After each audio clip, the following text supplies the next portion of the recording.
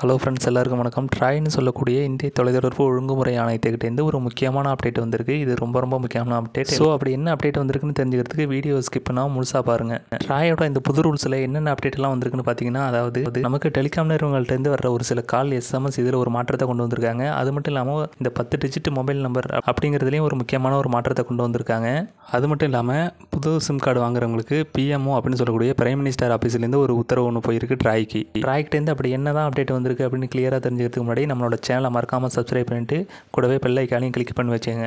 TRAI sim card சம்மந்தமாக கொண்டு வந்திருக்கிற ரூல் எல்லாத்தையுமே Jio, Vodafone, Airtel, BSNL, idea எல்லா நெட்வொர்க்குமே இதை ஃபாலோ பண்ணி ஆகணும் அப்படின்னு கட்டாயமாக சொல்லியிருக்காங்க. ட்ராய் கொண்டு வந்திருக்கிற ரூல்ஸ் படி கஸ்டமர்களுக்கு வர்ற கால் எஸ்எம்எஸ்ல இதில் ஒரு முக்கியமான மாற்றம் இருக்குன்னு சொன்னேன். அது என்னென்னு பார்த்தீங்கன்னா, நாம் யூஸ் பண்ணுற நெட்வொர்க்லேருந்து இந்த டெலிமார்க்கெட்டிங் கால், அது மட்டும் இல்லாமல் இந்த வணிக ரீதியான கால்கள்லாம் நிறையா வரும். இந்த மாதிரியான அழைப்புகளை இனிமேல் கஸ்டமருக்கு கூப்பிட்றதுக்கு நெட்வொர்க்கானது அந்த 10 டிஜிட் மொபைல் நம்பரை யூஸ் பண்ணக்கூடாது அப்படின்னு ஒரு ரூலை கொண்டு வந்திருக்காங்க.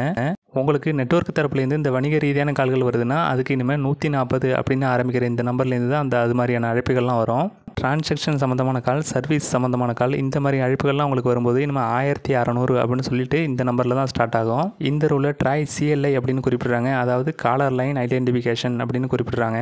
இதுமாரி ரூலை ஏன் கொண்டு வந்திருக்காங்கன்னு பார்த்தீங்கன்னா, அதாவது உங்களுக்கு நெட்வொர்க்லேருந்து ஒரு கால் வருதுன்னா அது எது சம்மந்தமாக அந்த கால் வருது அப்படிங்கிறத நீங்கள் ஈஸியாக ஐடென்டிஃபிகேஷன் பண்ணிக்க முடியும். அடுத்து எஸ்எம்எஸில் என்னென்ன மாதிரியான ரூல்லாம் கொண்டு வந்திருக்கீங்கன்னு பார்த்தீங்கன்னா, PSTG இந்த 4 ஆங்கில எழுத்துக்கள் அடிப்படையாக கொண்டு ஒரு ரூலை கொண்டு வந்திருக்காங்க. உங்களுக்கு நெட்வொர்க் தரப்புலேருந்து இந்த ப்ரொமோஷன் எஸ்எம்எஸ்லாம் வருதுன்னா அதை P அப்படின்னு சொல்லிட்டு ஐடென்டிஃபிகேஷன் பண்ணுறாங்க. அது மட்டும் இல்லாமல் சர்வீஸ் மெசேஜ் உங்களுக்கு ரிசீவ் ஆகுதுன்னா அதை எஸ் அப்படிங்கிற எழுத்து மூலமாக ஐடென்டிஃபிகேஷன் பண்ணிக்க முடியும். அதேமாதிரி டிரான்சாக்ஷன் சம்மந்தமாக வர்ற எஸ்எம்எஸ் எல்லாமே Tங்கிற எழுத்தை வச்சோம், கவர்மெண்ட் சைட்லேருந்து வர்ற எஸ்எம்எஸ் எல்லாம் G அப்படிங்கிற எழுத்தை வச்சும் நீங்கள் ஈஸியாக ஐடென்டிஃபிகேஷன் பண்ணிக்க முடியும். எந்தெந்த துறையிலேருந்து நமக்கு எஸ்எம்எஸ் ரிசீவ் ஆகிருக்கு அப்படிங்கிற இந்த எழுத்துக்கள் மூலமாக நம்ம ஈஸியாக ஐடென்டிஃபிகேஷன் பண்ணிக்க முடியும். அதேமாதிரி கஸ்டமர்களுக்கு ஒரு காலோ இல்லை எஸ்எம்எஸோ ஒரு நிறுவனத்துலேருந்து வருதுன்னா அந்த நிறுவனத்தோட ஃபிசிக்கல் வெரிஃபிகேஷன், பயோமெட்ரிக் வெரிஃபிகேஷன் எல்லாத்தையுமே கன்ஃபார்ம் பண்ணிட்டு தான் அனுப்பணும் அப்படின்னு டெலிகாம் துறைக்கு ட்ராயானது உத்தரவு போட்டிருக்கு. ட்ராயோட இந்த புது ரூல்ஸ் படி ஒரு சில ஸ்பேம் கால், ஒரு சில ஃபேக் கால் இதெல்லாம் நீங்கள் ஈஸியாக அவாய்ட் பண்ணிக்க முடியும். ட்ராய்கிட்டேருந்து இதில் இன்னொரு முக்கியமான அப்டேட் வந்திருக்கு. அது என்னென்னு பார்த்தீங்கன்னா, உங்களுக்கு டெலிகாம் சம்மந்தமான எந்த ஒரு கம்ப்ளைண்ட்டாக இருந்தாலும் அதை நம்ம 3 நாளைக்குள்ளே கம்ப்ளைண்ட் பண்ணி ஆகணும் அப்படிங்கிற பட்சத்தில் தான் அவங்க ஆக்ஷன் எடுத்துக்கிட்டு இருந்தாங்க. இப்போ அந்த மாதிரியான டெலிகாம் கம்ப்ளைண்ட் எல்லாம் கம்ப்ளைண்ட் பண்ணுறதுக்கு உங்களுக்கு 7 நாள் அப்படிங்கிறத அந்த வேலிடிட்டியை எக்ஸ்டெண்ட் பண்ணியிருக்காங்க. ஸோ உங்களுக்கு டெலிகாம் சம்மந்தமான ஏதாவது ஒரு கம்ப்ளைண்ட் இருக்குன்னா அதை நீங்கள் 7 நாளுக்குள்ளே கம்ப்ளைண்ட் பண்ணிட்டீங்கன்னா சம்மந்தப்பட்ட அந்த டெலிகாம் நெட்வொர்க்கை அந்த கம்ப்ளைண்ட்டை 5 நாளைக்குள்ளே அது சம்மந்தமான எந்த ஒரு ஆக்ஷனையும் எடுத்தாகணும்.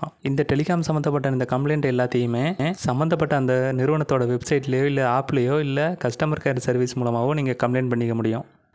ட்ராயோட புது ரூலை நெட்வொர்க்காரங்க யாராவது இதை ஃபாலோ பண்ணாமல் இருந்தால் ஃபஸ்ட் டைம்னா 1 லட்சம் அபராதமோ, செகண்ட் டைம்னா 5 லட்சமோ, 3வது டைம்னா 10 லட்சம் அபராதம் விதிக்க போகிறோம் அப்படிங்கிற மாதிரி கட்டுப்பாடானது கொண்டு வந்திருக்காங்க. இதில் ட்ராய் இன்னொரு முக்கியமான அப்டேட்டையும் கொண்டு வந்திருக்காங்க. அது என்னென்னு பார்த்தீங்கன்னா, அதாவது புது சிம் கார்டு வாங்க போனீங்கன்னா அதில் ஒரு ரூலை கொண்டு வந்திருக்காங்க.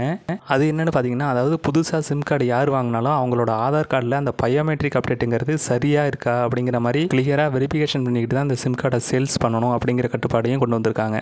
இந்த ரூலை யார் கொண்டு வர சொன்னாங்க அப்படின்னு பார்த்தீங்கன்னா, அதாவது PMO அப்படின்னு சொல்லக்கூடிய பிரைம் மினிஸ்டர் ஆஃபீஸ், அதுலேருந்து ட்ராய்க்கு இந்த உத்தரவானது போயிருக்கு.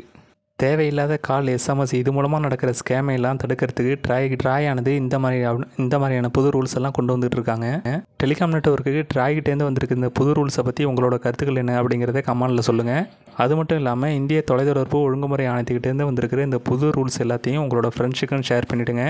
அப்படியே நம்மளோட சேனலையும் சப்ஸ்கிரைப் பண்ணிவிட்டு கூடவே பெல் ஐக்கானையும் கிளிக் பண்ணி வச்சுக்கோங்க. அப்போ தான் நம்ம சேனலில் போடுற புது அப்டேட் எல்லாம் உங்களுக்கு ஈஸியாக தெரிஞ்சிக்க முடியும்.